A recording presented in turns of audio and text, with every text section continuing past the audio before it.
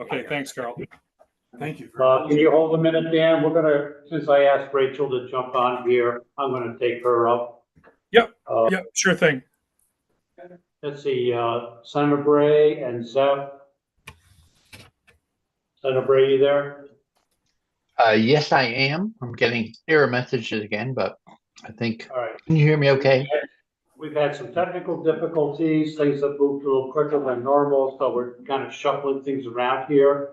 We requested that Rachel jump back on here earlier to deal with a request for extension of the adoption deadline, which is regarding Rule 23P43, Agency of Natural Resources.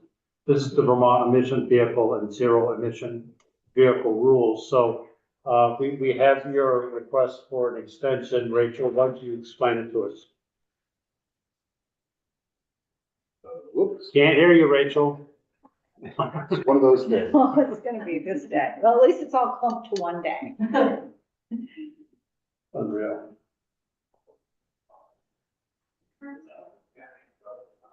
Can you hear me now? We can hear you now. Okay, sorry about that. Okay. I was just introducing myself. I'm Rachel Stevens, Associate General Counsel at Agency of Natural Resources. And we're here at Lcar to discuss a rule adoption extension deadline pursuant to 3 VSA 843C for the agency's final proposed rule for minor amendment to low emission vehicle and zero emission vehicle rules. Specifically, we're talking about one component of the rule that will be, I think we're on the agenda for the next Lcar meeting for the substance. But the rule adoption deadline that we're asking for, currently the adoption date is June 30th. And the Lcar review period ends on July 18th. So we were hoping to get a 1-month extension beyond the date that Lcar intends to act on the rule so that we have time to consider Lcar's input and to do the final adoption. So I proposed August 18th, since that's 1 month after the end of the 45-day review, but I'm open to feedback from the chair and the committee if another adoption deadline would be appropriate. In terms of why we need the rule adoption deadline, these rules are adopted pursuant to the Clean Air Act section. I think in my follow-up memo, I put a little more information, but essentially we incorporate by reference regulations adopted by California pursuant to their motor vehicle standards. And so usually we adopt our rules parallel to the California process. In this case, California took more time than it usually does because it considered additional changes to the underlying rule that we were amending. This did actually come up in our public meeting. The association, I think the Bus and Truck Association flagged this for us as well, that at the public meeting, CARB had already announced that it intended to make additional changes to the rule. And so our agency considered waited for California to make its proposal, considered those additional changes, considered that in light of the public comment, and then adopted or filed our rule package with Lcar as soon as possible after California acted on May 31st. And so we filed our rule package with Lcar on June 3rd.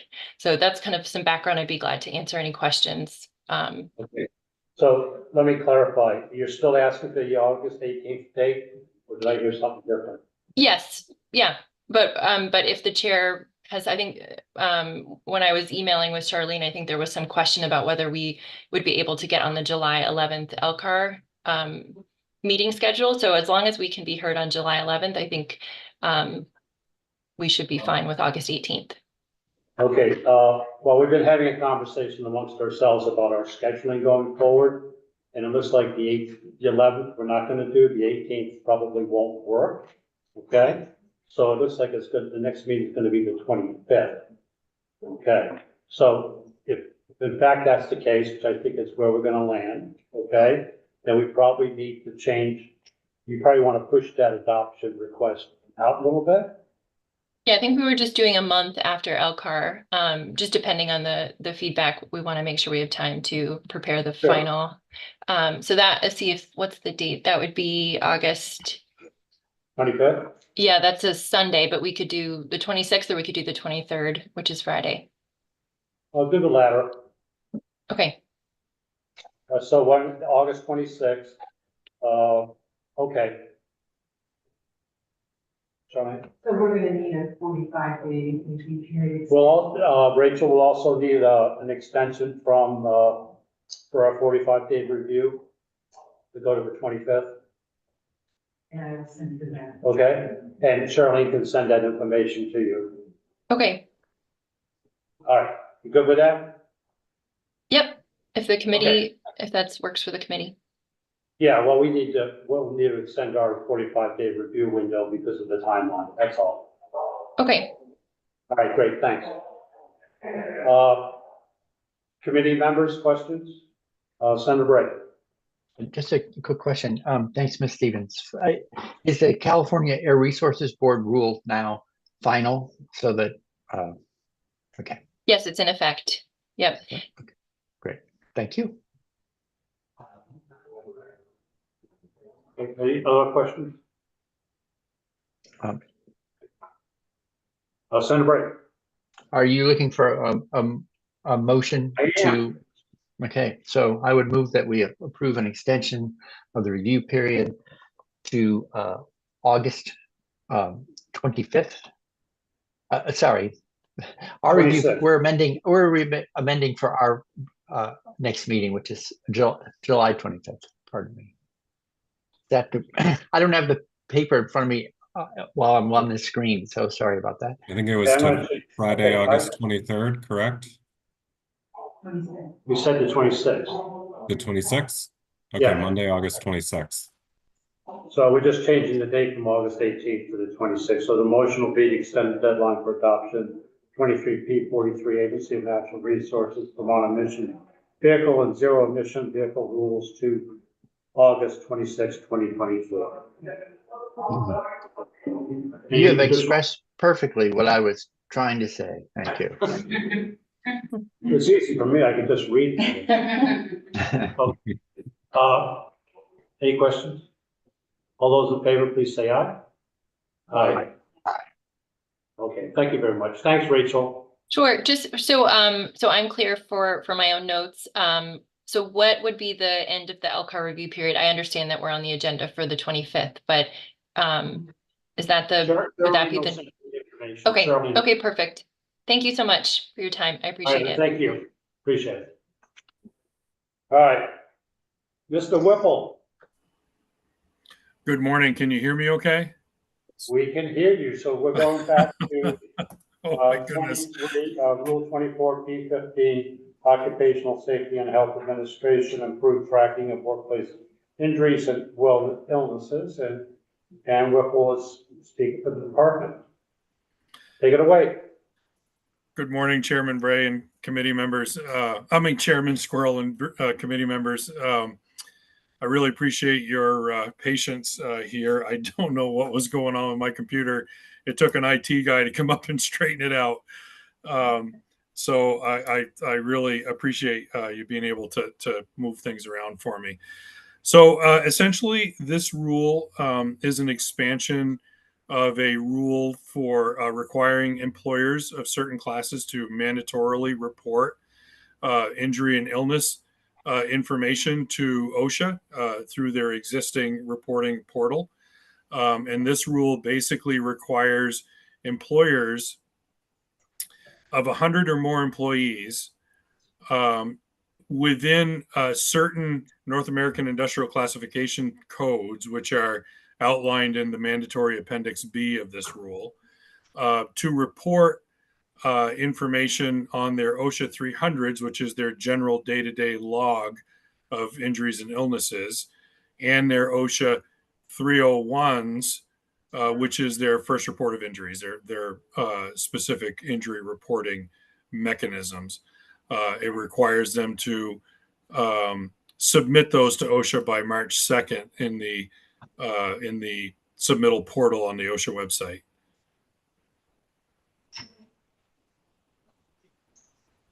All set?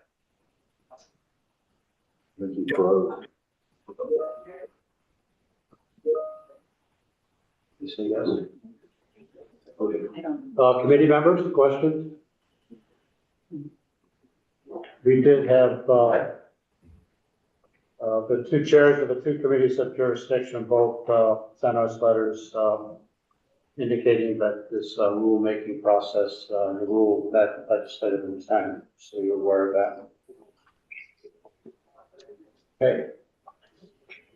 Do I have a motion? Mr. Chair, Yes. I would move approval of Rule 24 P15 Occupational Safety and Health Administration Improved Tracking of Workplace Injuries and Illnesses Rule. And I would add with proposed modifications submitted by VOSHA in the memorandum Yes. dated June 24, 2024.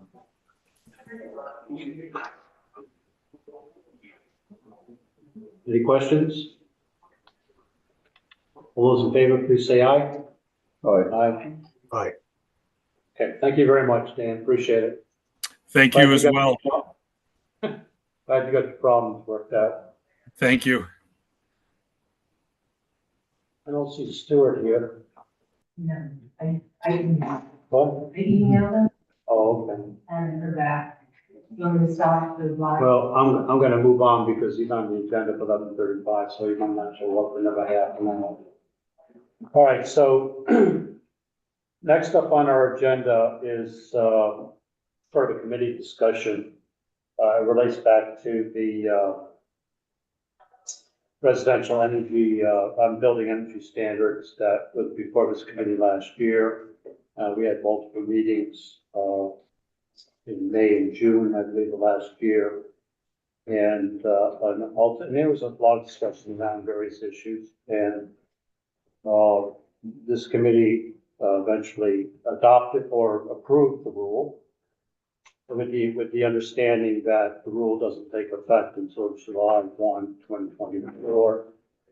This committee also sent a memo to the letter or committees of jurisdiction about our conversation around this, and most of that was related to training and enforcement of the RVs. And there was a letter that we received from stakeholder groups concerned about the implementation of the rule on July 1, 2024. This letter came to the committee and members of the committee continue to be concerned. We wanted to have a conversation around some of those issues that were raised. We had Ledge Council. I asked Ledge Council to reach out to the department and see if they were willing to respond, which they were, and I appreciate the detailed response that we received. So we're here. I think that, and I will, at some point, I'm trying to think about process here in terms of what makes the most sense. And I will be asking Senator Bray to speak at some point about his work in the committee and the bill that he passed in this committee this year, and its relevance to the issues that we had sent to the committee's jurisdiction. I think it's important to point out, there's been some emails floating around that somehow we're being asked, this committee is being asked to somehow defer or to withhold some type of approval for 180 days. I want it known right here that there's nothing that our committee in our purview can change anything regarding this rule at this point in time. This is an opportunity for everyone to have a conversation and see what we want to do as a committee going forward in terms of reaching out to committees of jurisdiction again around these issues. So I think with that, I think I'll have the department speak first, but and respond to what we had sent you based on what the stakeholders had sent to us. I don't need it to be as detailed as your letter to us, but if you would hit the high points, and we'll give you that opportunity. And then I will ask, we have a couple of folks that are actually not on here, but I will speak to that in a little bit from the stakeholder group. I think it was Jim Baldwin and Sandra Bitchu. Jim Bradley. What? Jim Bradley. Jim Bradley. Jim Bradley. Oh, okay, so, And, if they're not on the agenda, we'll take that up shortly after, we have the presentation from the department. Thank you. We'd like to thank the chair and the committee for the opportunity to respond to the concerns in the letter from the stakeholders. If you indicate who you are. Oh, yes, sorry. I'm Ben Civiletti, Special Counsel for the department. And this is Keith Levinson, Energy Program Specialist, as well as the department. We have other colleagues here with us as well. So we do appreciate the opportunity to come in and talk to you. And I'll just try to hit the high points of our response letter, recognizing that you already covered the sort of procedural piece of this. So the 2024 RBs, broadly speaking, regulates energy efficiency of new construction and renovations, improving energy efficiency, improving the comfort for occupants, and reducing carbon emissions. We also expect it to lower the monthly costs for homeowners. The department recognizes that Vermont builders and architects are directly affected by this rule and does not take their feedback lightly. The recent letter raises similar concerns to those considered by the department and Lcar during the rulemaking process, primarily related to the cost or cost effectiveness of the RB's rule, the stringency and feasibility of certain requirements, and training, technical assistance, and the integrity of new buildings. As described to Lcar in 2023, the department was very much aware of these concerns and made significant changes to the final proposed rule, which, among other things, reduced the incremental cost of compliance as compared to the previous RBs from approximately $12,000 to $1,000 according to our modeling, and rolled back requirements to pre-existing levels in two areas, which are the window U values and wall installation values. The department also described to Lcar in 2023 the training and technical assistance that it provides and will continue to provide in connection with the RB's rule. In coordination with Efficiency Vermont and others, the department provides free training for builders both in person and online. The next training for the 2024 RBs will be hosted by Efficiency Vermont on June 28th. And the department also is available as a technical resource and regularly assists with questions about the RB's interpretation of the standards and other technical considerations. The Energy Code Assistance Center, housed at Efficiency Vermont, also answers questions and provides basic technical assistance. As to concerns around building integrity, specifically, these should always be taken very seriously. Beyond training and technical assistance, the department took steps to address these concerns in the final proposed rule by reducing wall installation requirements, among other things. The department also committed to adding a chapter to the RV handbook, which is a supporting resource for the rule that addresses the primary causes of moisture damage and building failures to provide additional assistance for builders. While the department feels that these additions will be helpful, it's also important to note that the RB's rule does not prescribe specific methods of construction. In other words, buildings may be subject to failure if they're not designed and constructed using proper materials and techniques in accordance with sound building science, regardless of whether they are compliant with the 2024 RBs. And I think that pretty much covers it for us. Any questions for the committee? Senator Bray?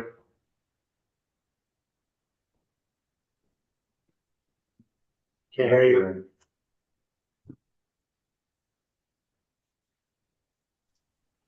I say there. Good morning, Mr. Civiletti. Thanks so much for coming in. And I wanted to just check on, there's been back and forth during the intervening year. Well, there's been a whole committee process, a whole bill passed. We could get into that. But one question I have is that the difference between looking at these rules as highly prescriptive in terms of here's a recipe to build a wall, there's 5 layers, A, B, C, D, E, that's how you build a wall, or there's a performance standard you need to meet, and there is flexibility in terms of meeting that. So it may include, for instance, a non-continuous barrier on the house if the cavity is adequately addressed. So could you just clarify whether it's the rule or guidance around the rule, for instance, the handbook, that provides for that sort of flexibility in terms of treating it as a performance standard as opposed to a quote unquote recipe for wall construction in this instance. Allow me to handle that. This is Keith Levinson from the department. Thanks for the question, Senator Bray. The building energy standards are a performance-based standard. It's a performance-based rule. So the rule is designed so that it is flexible by design. There are 3 different compliance pathways that a builder could follow to meet the provisions of the code, as long as the end result is a building that meets the performance standard. So the code itself actually lays out those different pathways. The handbook is developed by the department in consultation with City Vermont and other experts to help builders, give them the flexibility to comply in whatever way is most feasible for them. And in response to a lot of feedback that we got from the building community in particular, we have provided very specific examples of complying using conventional building techniques or different building techniques. In particular, the package plus points compliance pathway allows a builder to start with a package of thermal shell elements and then achieving the required building performance standard by selecting different options for points in order to meet the requirements of the code. So I don't know if I've directly answered your question, but it's a very flexible code based on achieving a performance goal. Okay. Well, yes, thanks. That is helpful. So I think, not to be too technical, but I think one of the intervening conversations since a year ago was about continuous insulation exterior to like a stud wall and vapor issues that could arise, well, in any wall assembly. So if as long as that flexibility is there, I think that's really helpful, and to me matches the conversations that we had approximately a year ago, and it came up in the working group in the intervening year as well. I think builders might have more questions, more detailed questions around the point system that goes along with that last pathway in terms of the cost effectiveness of some of the elements to earn their additional points in order to meet the performance standard. But that is beyond my level of knowledge. So I'll leave it to builders to speak on that one. Thank you.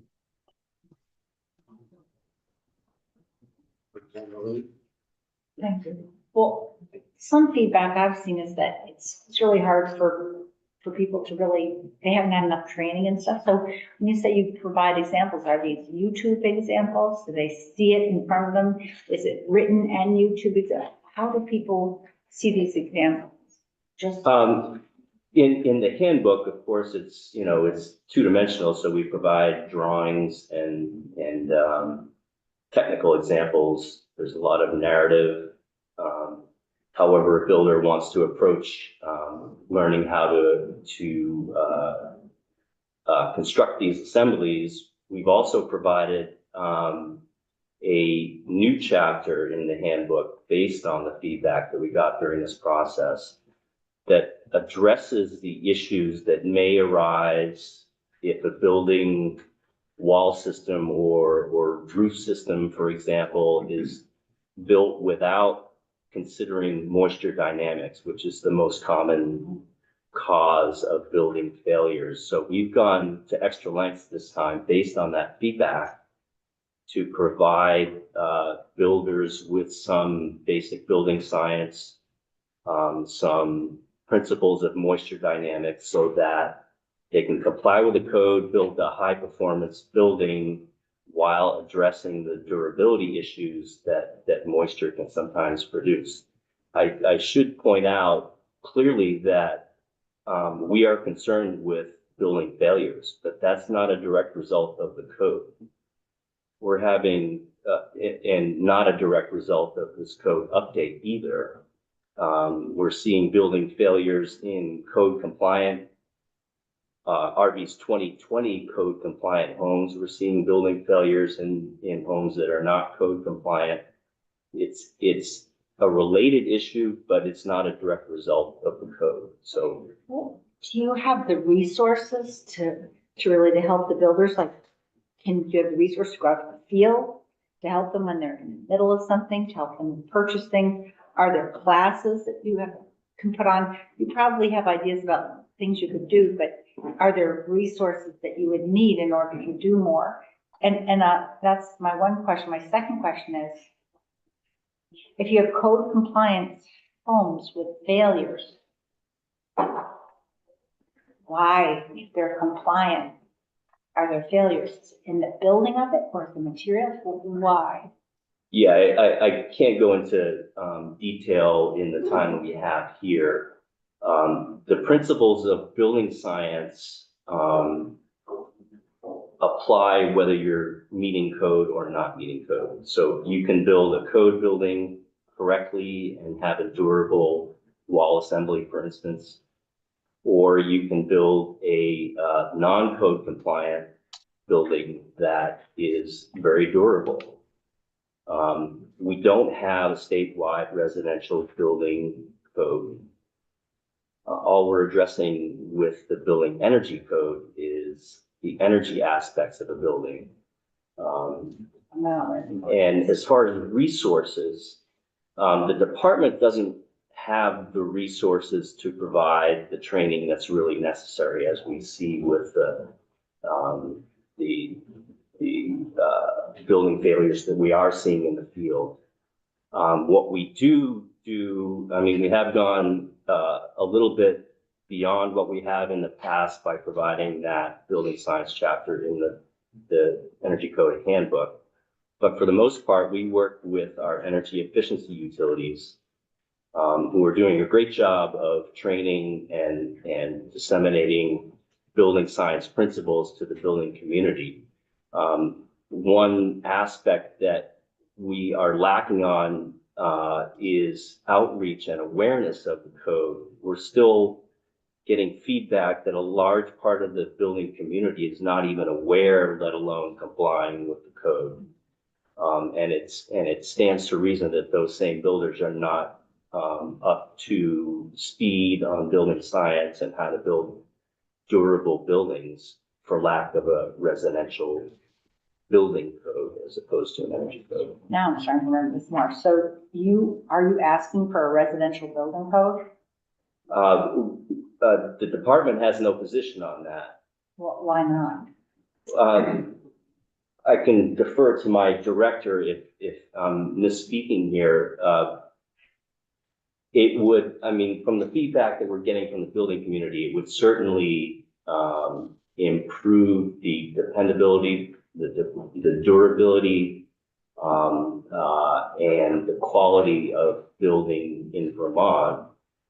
It's, for whatever reason, the Vermont legislature has decided not to adopt a statewide residential building So code. are you saying you'd like the legislature to do that? I think it would, personally, not speaking for the department, personally, I think it would be highly desirable to have a statewide building code from the consumer's perspective, and it would dovetail nicely with the energy code that we have in place.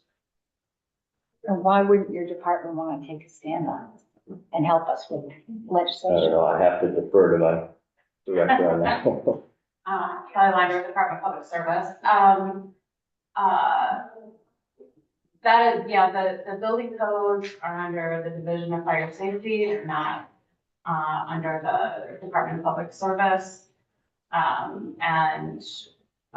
think there's concern about the amount of resources that might need to be added to state government to have another code that needs to be overseen and reviewed. So,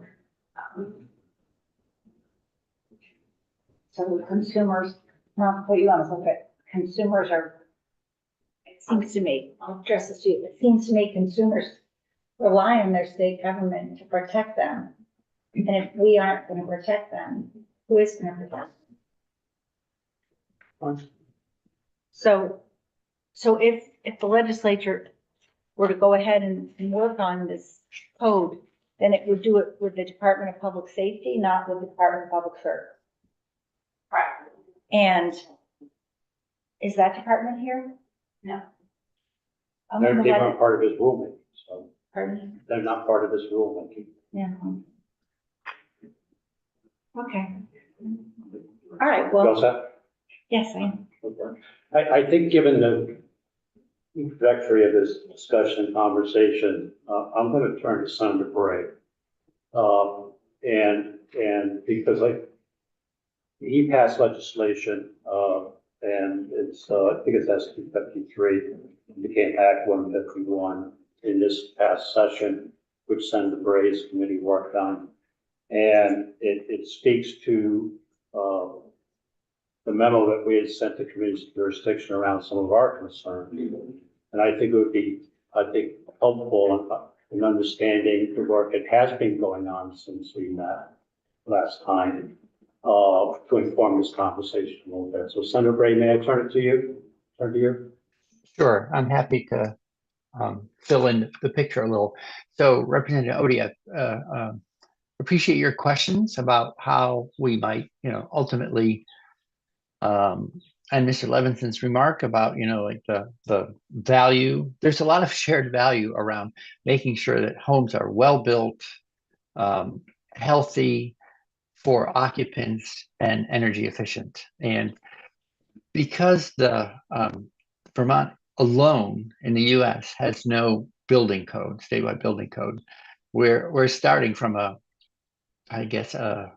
disadvantaged place in terms of moving to that sort of shared goal of everyone being on the same page around building the kinds of homes that everyone agrees they would like to be building. So the Act 151 was in response in part to the Lcar's memo to committees of jurisdiction a year ago. And we established a working group that worked. It was a large working group, 20 people with all the right stakeholders present. It was honestly one of the most productive groups I've ever worked with in terms of us doing a lot of shared learning, planning, and mapping out the evolution of how we build and regulate building in the state. So if you asked for a guesstimate as to the transformation over time, because there are many actors and lots of interests, and it's a complex area, I'm guessing it will take, something like 5, 6, 7 years till we get to a sort of a fully functional, ideally operating program that has robust training that's always available to everyone that has an inspection paradigm so that people will know that things are built to compliance, and will even have a regulatory apparatus to respond to failures to comply and stuff like that.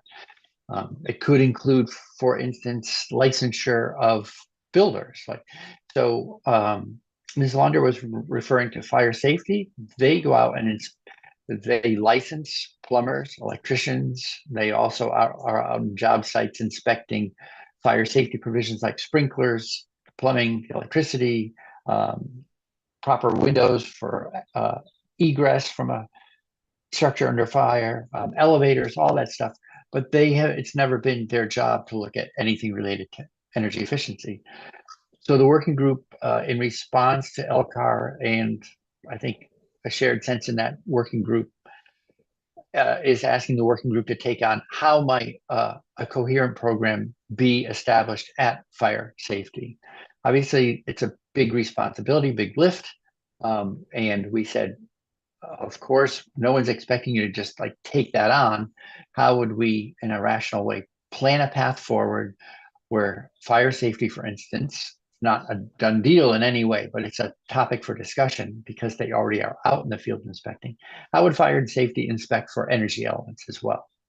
And what would that take? Staffing, cost, support, and all the rest.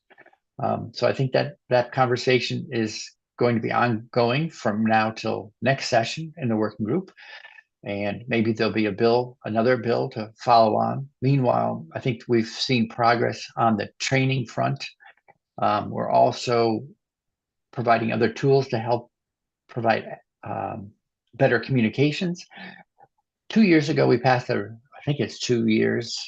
Well, anyway, we amended in this year's 151 the registry bill to include a certification on the part of builders who are now required to register that they understand that there is a residential building energy code standard. We didn't really have a way to make sure that people were even aware that such a thing existed. So now we're going to have a list who's building in the state. Now we're going to have an explicit acknowledgement as part of the registration process that yes, they are aware that there is a code. And I think we're bringing things up, but again, because it involves so many partners, insurers, banks, realtors, builders, suppliers, different agencies in state government, and more folks that I'm not thinking of off the top of my head. It's a big lift, and I think we're on the way to doing it in a careful way.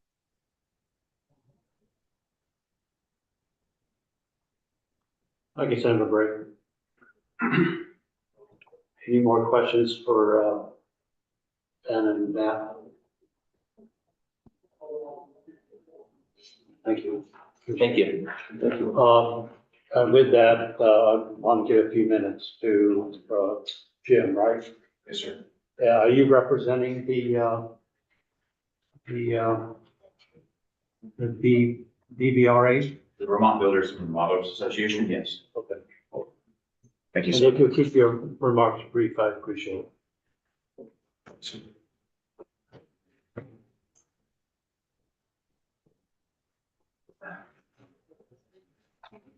Okay, my name is Jim Bradley. I am a builder. I'm a remodeler.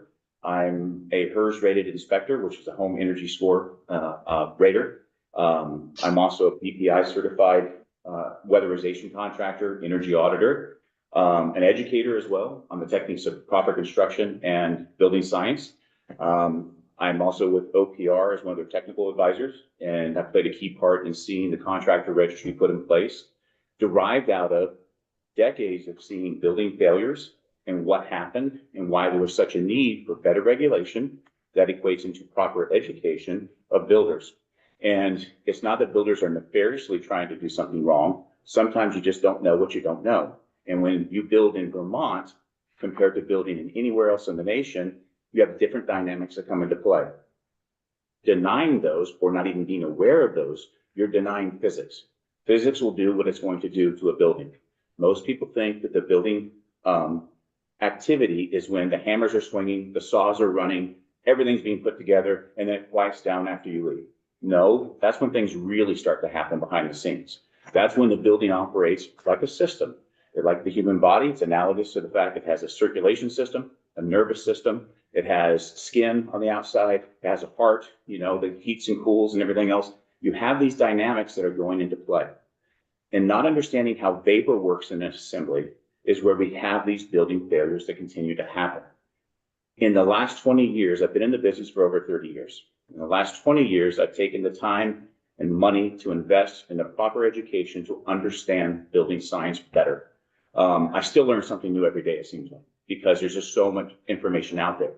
And my concern is, builders' concern is, not from the standpoint of being overregulated, not from a standpoint of, it's going to cost builders more, because ultimately it costs the consumer more.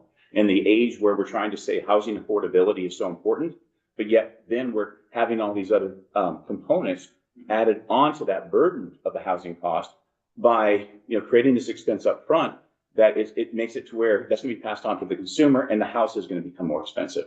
I know that it was stated that it may only add $1,000 to the cost by the implementation of this new RV standard. The metrics that we have done and national home builders have done, it's a minimum of $18,000. In speaking with a contractor the other day on a 6-unit development, it was going to cost him around $30,000 because the one prescriptive method that was being suggested for cavity only installation, that means you build the studs, You have your sheathing outside and your siding, your sheetrock on the inside, and you just put the insulation there. That is what traditionally most builders are familiar with. Allowing for that isn't just that easy of an ask, because you also have to have 5 more points in those energy points to make your building, that's the flexibility that we're talking about, to make it comply. When you get those first 7 points that are required on an 1,800 square foot house, those are usually pretty easy, low hanging fruit to obtain, like making it solar ready, having a blower door test before sheetrock goes on. Not a big expense. When you start getting into those next tier of points, that's when it can go up thousands and tens of thousands of dollars, point in case.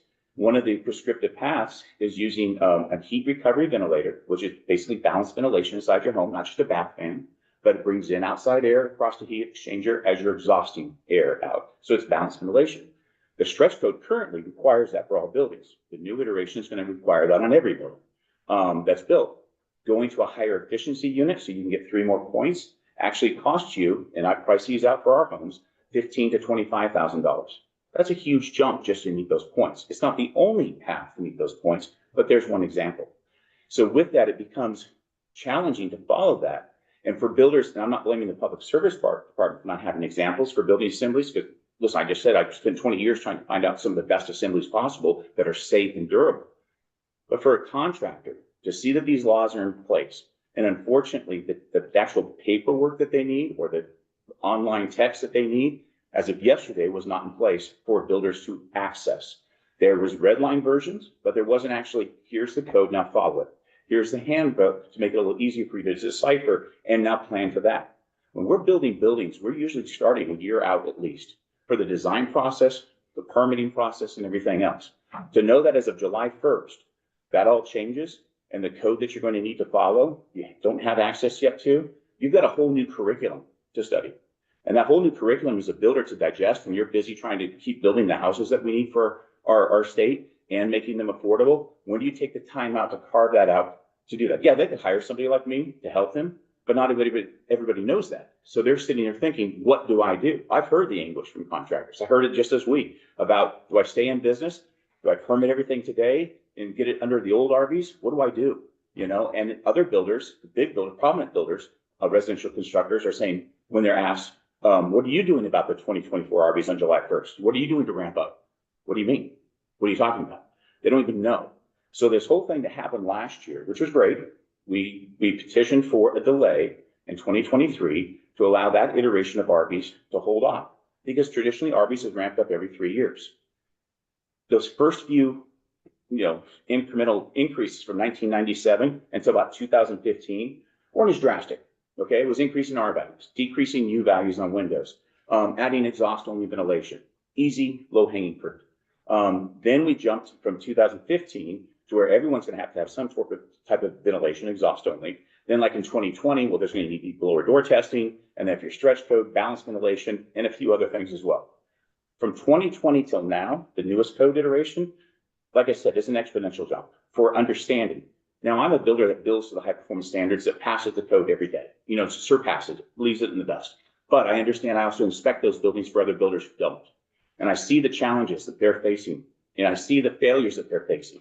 It's not like a fire where your building burned down. It's a natural disaster where the trees fall on your house and it's catastrophic, and someone can say, there's a problem we got to address. As a legislature, like when we had the floods last year, that was obvious.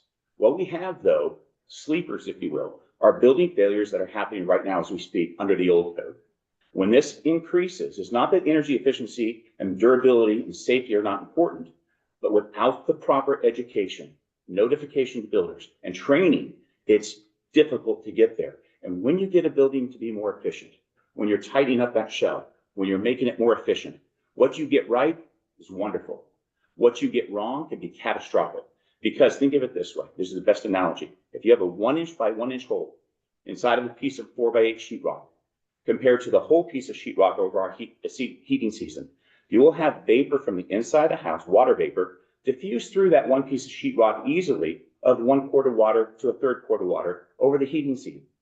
When you have that 1 inch by 1 inch hole, or make, for example, a little outlet, electrical outlet, 30 quarts of water get into that assembly.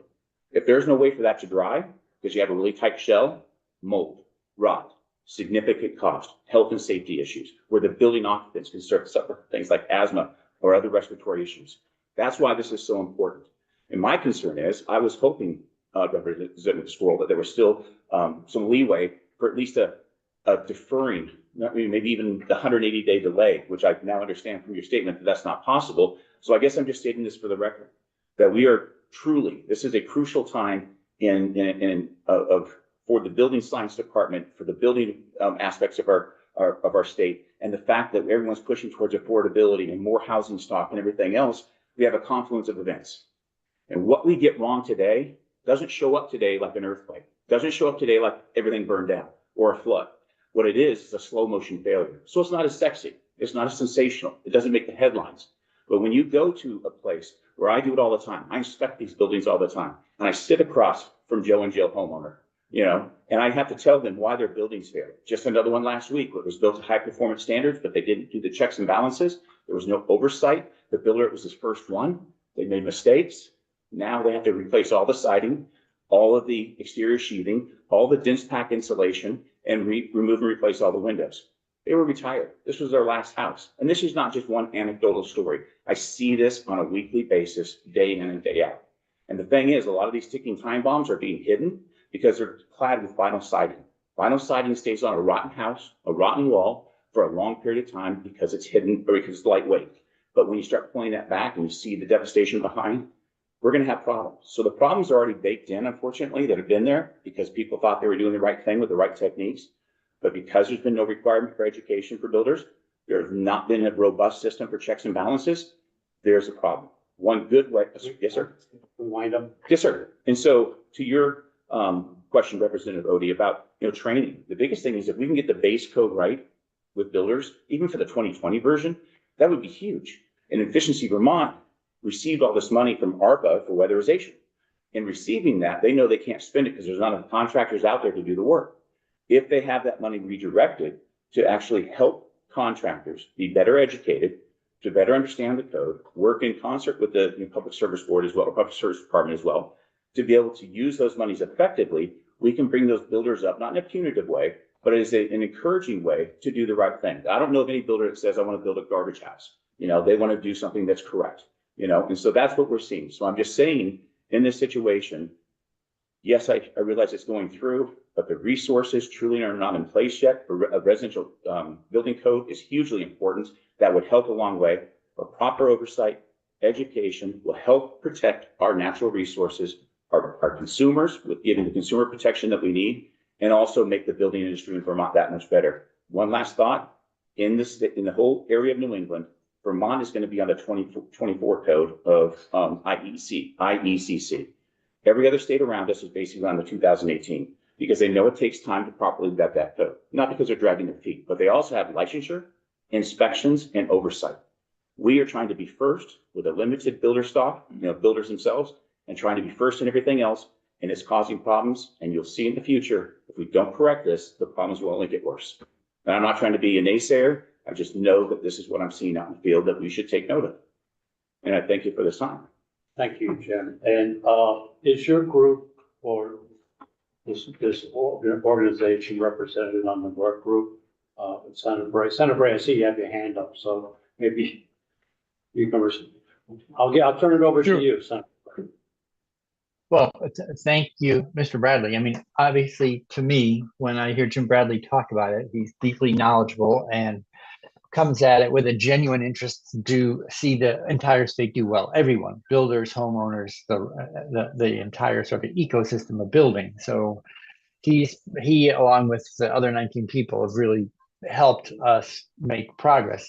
And we are in an awkward position, very frankly, that we have a code and we haven't built a robust enough training and inspection and regulatory program. And the work group is, moving the needle, I think, in the right direction. And what's awkward is that I think the timing is one foot is getting ahead of the other a little bit on things. It's not an ideal situation. The other thing he modestly leaves out, I think, that I want to make a point is there are many builders who do work really carefully to build to code, and they do keep up. And when we don't enforce, Those who build less expensive, non-compliant structures can bring in a project at a lower cost. So it creates an unlevel playing field. And I think that's something too that we all want to be aware of, is to make sure that those who are quote unquote doing the right thing aren't penalized in the marketplace for doing the right thing. And we have that, to me, is one of the imperatives, to have a robust regulatory paradigm so that we don't disadvantage those who want to step up and meet code and do the best work. Representative Swirl, the one interesting irony is today at 1 o'clock is the first meeting of the working group that was established by, Act 151 S253 to actually engage people in the industry to better notify builders, that education component, and everything else. So we're just now starting that. Yet the code they're supposed to know is July 1st. We're just trying to develop techniques to make sure they're aware, but they better be aware as of July 1st. So it's a strange irony there, the way that their things are set up, as Senator Bray said, with one foot before the other. Thank you. Yes. Okay, any other questions, committee members? All right, thank you, Jim. You're welcome. Thank you for your time, everyone.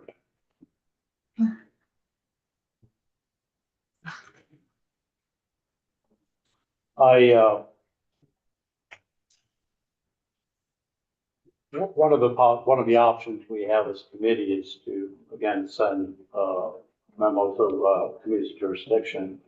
But given the fact that Senator Bray's involvement and the bill is passed, Act 151, and the continuation of the work group, they seem to be well informed about the concerns and the issues that are out there. So unless committee members feel otherwise, I don't feel a need at this point in time to send letters to committee of jurisdiction. Any comments, committee members? Sherman, question? We have one more person. Who is that? Sandra. Sandra also reached out to me. I think she's part of the same group to provide comment. If there's no objection, I can give you a couple minutes, Sandra, okay? And committee members, you might want to think about what I just said about the letters to committee. Do you have a full look, so I'm curious. No, I'm just trying to follow. Okay.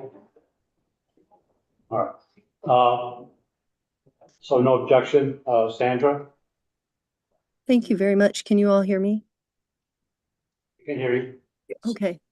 I'm Sandra Vitztum. I'm an architect in Montpelier. And thank you so much. I've tried to keep it to 2 minutes. Yeah, if your comments are not redundant, that would be useful. Thank you. Yeah. I hope they aren't. So there was one comment in response to Ben's letter, which is that usually administration of the rules is embedded in the rule itself. Vermont has actually deleted all of that wording out of the base code. All building codes include administration in chapter 1. The main thing that I want to go over is a lack of preparedness. I think we can all agree that this rule has been adopted, but the idea is to be well prepared before it becomes effective. And that has really not happened. The fact that Public Service has been working on the handbook, which gives specific information to builders of how to put things together, without input from the Technical Advisory Committee. So for instance, encouraging an R5 continuous insulation package, which is not a good idea for our climate. We're very concerned about that. But builders today still cannot see the handbook. They can't see the actual final code. They are being asked to conform to something next week that they have no idea what it is. And we are ratcheting up the responsibility of builders to certify that they're building to code. And if they don't know what the code is, that's you've created an impossible position for builders.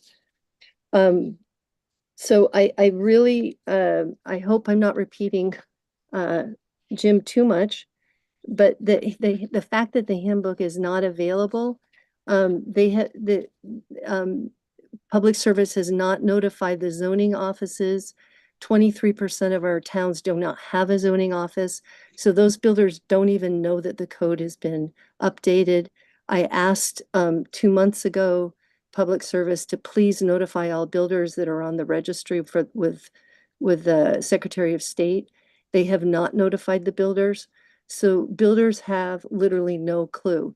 They are making education available, but it's mostly in Chittenden County. And as you all are well aware, a huge amount of construction goes on outside of Chittenden County. So builders are not ignorant and they're not disinterested. They're also completely not informed here. And so what we're asking is for another 180 days for, first of all, for the Technical Advisory Committee to look at the handbook, which they have not seen. This has been done without their input, and the builders who have gotten little bits from Keith Levinson are saying that what's being put in there is extremely expensive. So the analysis that the Public Service did last year, actually in 2022, is not relevant because the handbook's still being written right now. This is going to have an impact for at least 3 years on our houses. And I don't think it's okay to forward something that's hobbled to let it seems to me that giving a bit of a time to let builders be adequately notified would make a really big difference. Thank you.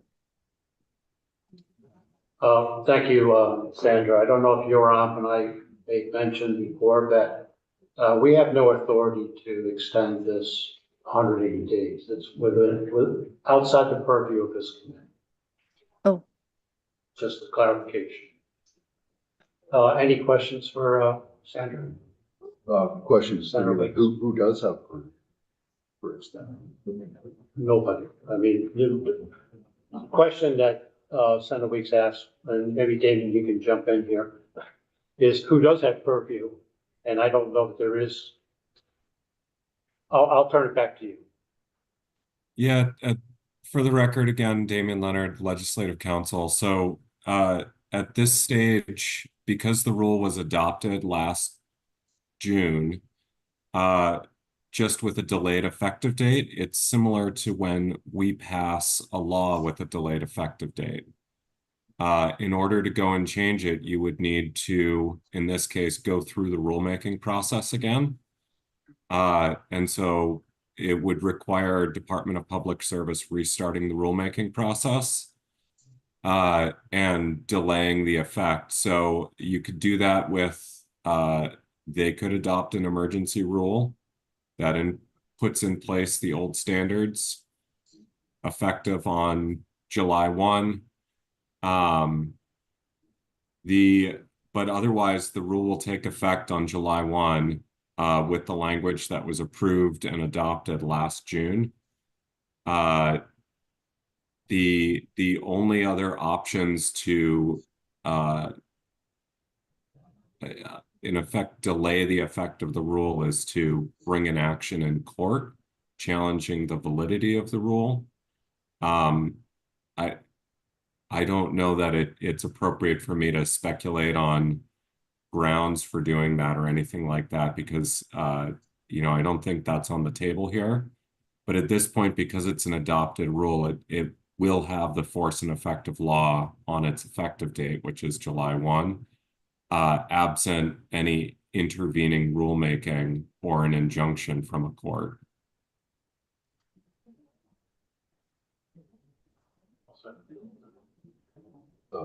Yes, but is it appropriate at this point for the department to then weigh in on the comments which were made? I'm going to turn to them in a second. You all set? Okay. To Senator Weeks' point, does the department want to comment or respond to any of what we've just heard? Just very briefly, perhaps. You want to join us? Sure. Thank you. I think I won't try to go into any detail. just to perhaps reiterate that these concerns have been part of an ongoing discussion with the building architect community for a couple of years. That discussion is continuing in the working groups, and the department is very much looking forward to participating in the working group established by Act 151. And also, I think that some of the comments today reflect a bit of difference in view or perhaps misunderstanding between the department and some of the stakeholder groups. And I hope that our letter, which we submitted, can help clarify some of that. So I would refer you to that as well, to the extent you can go back and take a look at some of the detail there. Is there anything else you'd like to add? Just Sandra's points about notification of town clerks of the builders on the builder registry, and the technical advisory committee input into the handbook. I'll take first two first. Those are in process. The handbook, as Sandra correctly points out, is still in process. We will be posting an online version of that and notifying, to the best of our ability, the building community that that's available. Print version won't be available for a few weeks after that, but we will do our best to get the word out, and we will notify the town clerks to the best of our ability that the new code is in effect, and get them the printed materials they need, including the RV certificates, along with that notification. Thank you. I will have to say that it's a little bit concerning to me that it's not the purview of this committee, that we're sort of the last hours before this becomes effective, and we're in this place, that we haven't done some of these things already, given that we had a whole year to before. Right? So I find that disconcerting. Representative. Thank you. How come? Why? It's a very complex process. I won't go into detail. The other issues had to do with the fact that the code itself was changing up until the last minute last year. The publishing of the code itself is a bit hamstrung by copyright issues. We are only able to publish a red line version of the code, which we have done. That's been posted on the website for quite some time now. But because the ICC, the International Code Council, has copyright over a lot of the language in the Vermont code, we are not allowed to post the clean copy of the code online, which is unfortunate, but we are bound by If that. I could just jump in too, it's a little bit complicated. I will be happy to try to explain some of this if you are interested to hear about it. The rule itself, it's been adopted, is available in full on the department website. There's also a publication that comes out through the ICC, which incorporates the rule in a different format, a typical code format that you'd expect to see. So for reference, the rule has been out and available for a year. This additional reference material is not yet available, and we have to coordinate with ICC to get that out. And I can explain more about that in a little bit, I think, if anyone has questions. Well, you did have to, for the format that people are used to looking at, and for reference material, you had to do some extra steps. Correct. And how is it that they're just ready just now and they weren't ready like yesterday or 6 months ago? I'm just so frustrated listening to this. So I don't understand. So please help me understand. I'm not sure if I'm the right person to answer that, but Yeah, I understand your frustration. We're frustrated as well. It is, it's not as simple a process as it would seem on the surface. It involves players at the federal level, federal agencies, the handbook process, in the sense that we are rewriting it based on a changed code, and that we're adding that additional reference material on building science and moisture dynamics. That takes time. We have limited resources at the department. We are getting help from Efficiency Vermont. But again, you know, the publishing process for that, which is over and above what we're required to do for the rule, is the resource requirements are much greater than it would seem on the surface, and we are very limited at the department in helping that along. Keith, could you maybe talk a little bit about the trainings that we have been providing and what the content of those is? Yeah, be glad to.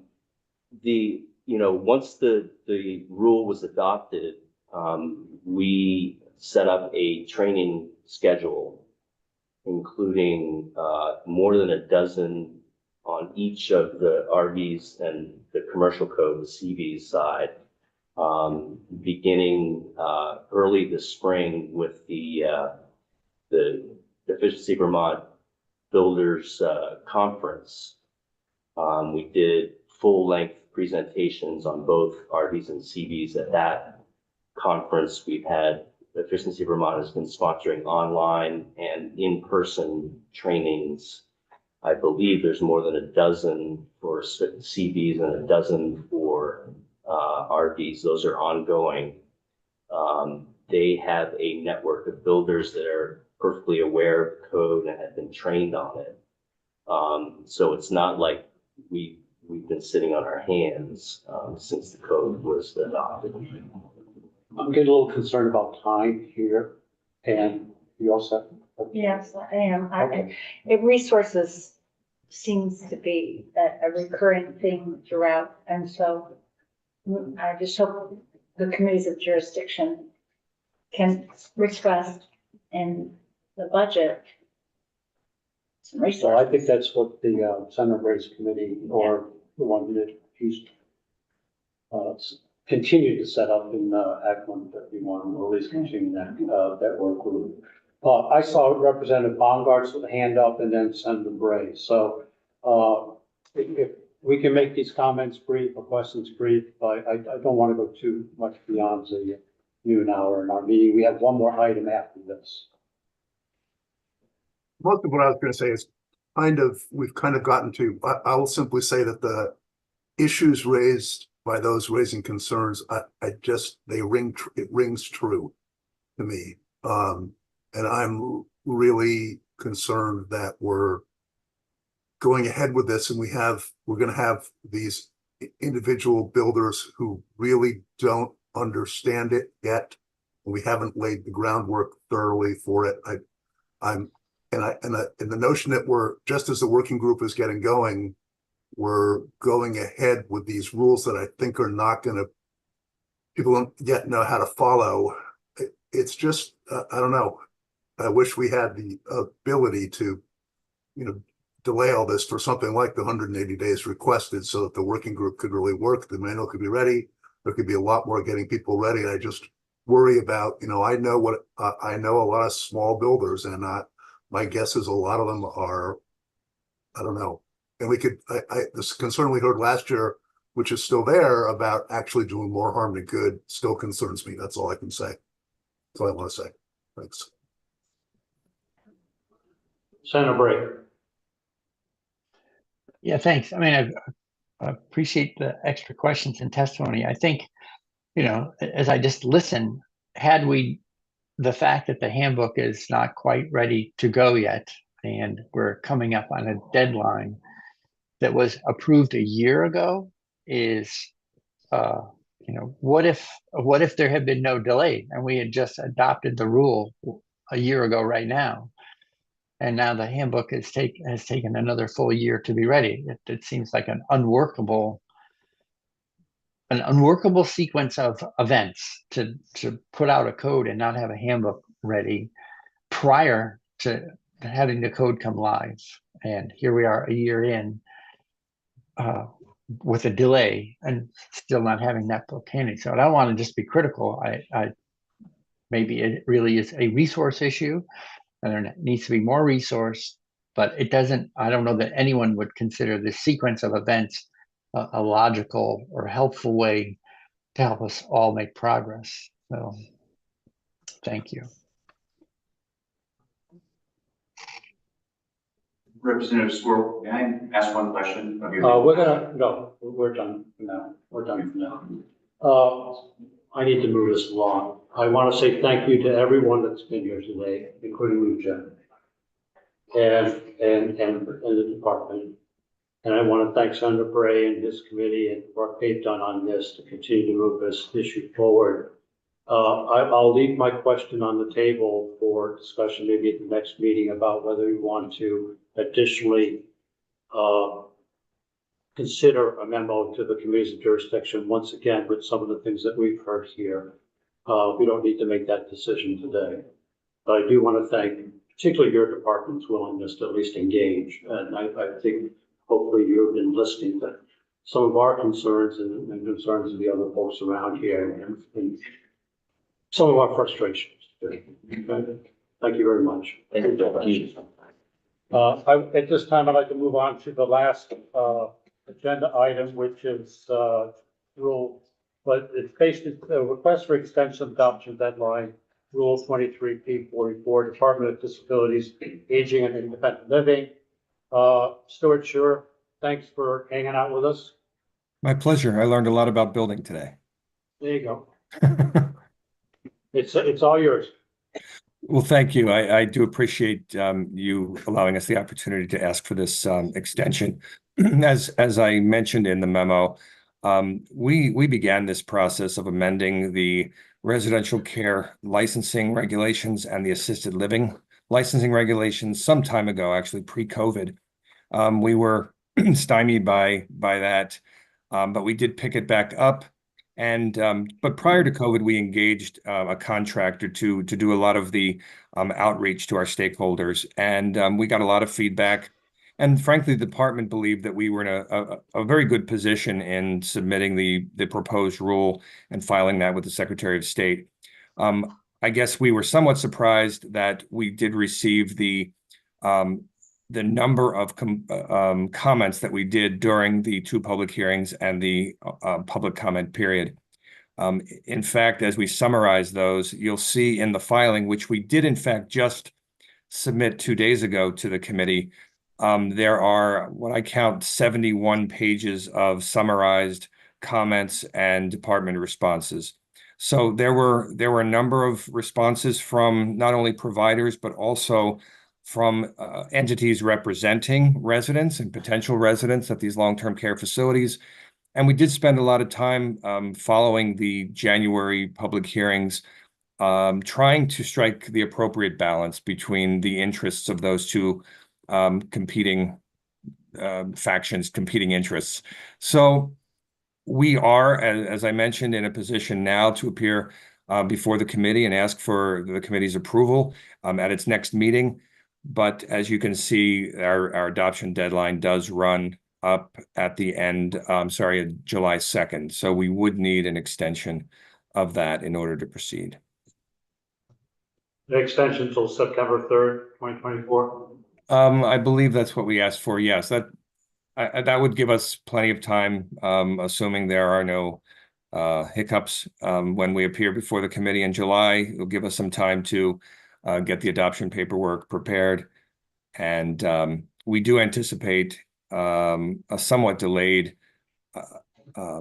effective date to allow the department to engage in some outreach and technical assistance and education of the facilities around the state so that they truly understand what the obligations are. So we're looking at a January 1st, 2025 effective date, but we do believe that a September 3rd date would give us the necessary time to adopt.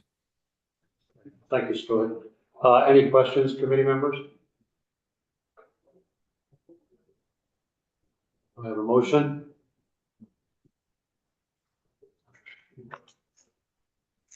There isn't one sitting there in front of you. Yes. Okay, so I think what we're looking at is Mr. I think the Chair, I'd motion be would happy be- to make a motion, but I don't have the rule number. It's 23P43. I'm sorry, P44. Okay, so I would move that the committee move to extend the deadline for presentation of the rule 23P44. Until September And I would 3rd, ask- 2024, just to be precise. Any questions? All those in favor, please say aye. Aye. Aye. Aye. Oh, sorry. I said, sorry. All right, thank you. Thank Thanks, you very Stuart. much. Thank you. Have a good day. Appreciate it. Our next meeting is going to be July 25th. We have two rules for July 11th, and I don't want to bring people here for two rules. So we'll have four rules on July 25th. I know that our lead counsel, Damien, cannot be with us, so he'll find an appropriate sub to cover us that day. So four meetings on July 25th. If for some reason you're not able to be there, please let Charlene know so we have up-to-date information about quorum and things like that. All right, with that, meeting's adjourned. Thank you very much, everyone. Thank you. Thank you. Chair. Thank you. Squirrel.